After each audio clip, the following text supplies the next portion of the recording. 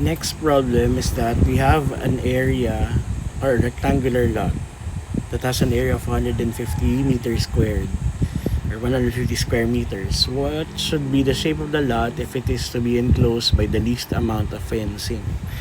So when we write it down, we write the rectangular lot.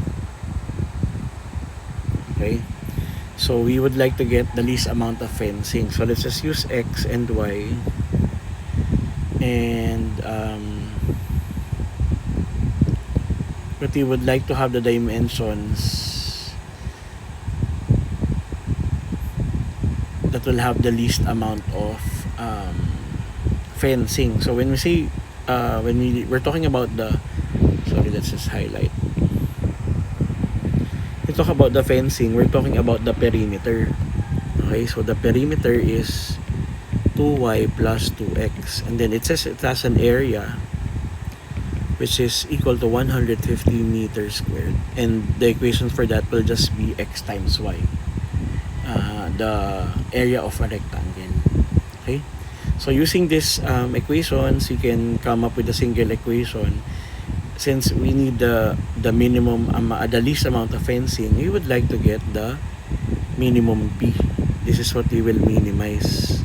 So we need this equation in a single variable, so we rewrite the area equation into 150 is equal to xy. So we'll just use 1, just use y. We can have 150 over x is equal to y, and then we substitute this to the perimeter equation. So you'll get the perimeter as 2 times y, so 150 over x plus 2x. So you'll have 300 over x plus 2x. We can derive p with respect to x. So that will be 300. You can put 300 out, and then that's x, diba? This is 300 x raised to negative 1 plus 2x. So we can just do power rule on x raised to negative 1, so that will be negative 1 times x raised to negative 1 minus 1, then the derivative of x is 1, plus 2x, the derivative of 2x will just be 2. So this will be dp over dx would be negative 300 x raised to negative 2 plus 2. Then to get the minimum, this should be dp over dx should be 0 to get the minimum. So we get 0 is equal to 2 minus, you just change the places, so we can write the negative here, 300 x raised to negative 2. So to get the value of x, we can rewrite the we can simplify the equation to 300 x raised to negative 2 is equal to 2. And then we rewrite this as a positive exponent, so 300 over x squared is equal to 2. We multiply x squared on both sides, you get 300 is equal to 2x squared. Divide both sides by 2, you get 150 is equal to x squared, and then we just get the square root of both sides.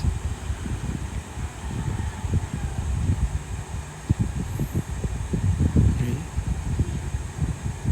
So that's 6 times 25, so we can have 5 square root of 6 as our x. Okay, so we'll not be getting the negative value of we have the square root anyway. So this will be our dimension for x. Okay, and then to get y is 150 over x, so that's 150 over 5 square root of 6.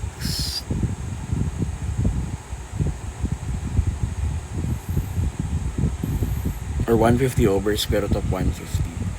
Okay, so we check on we check using the second derivative test.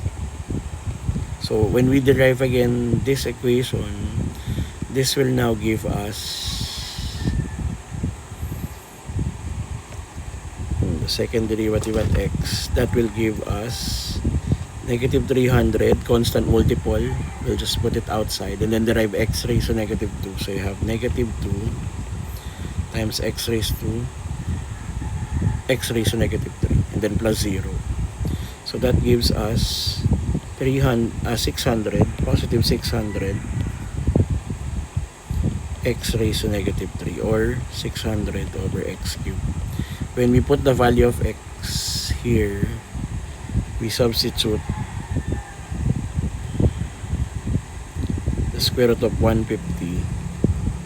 So that will be 600 over the cube of square root of 150. Okay.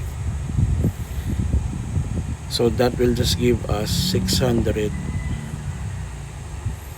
over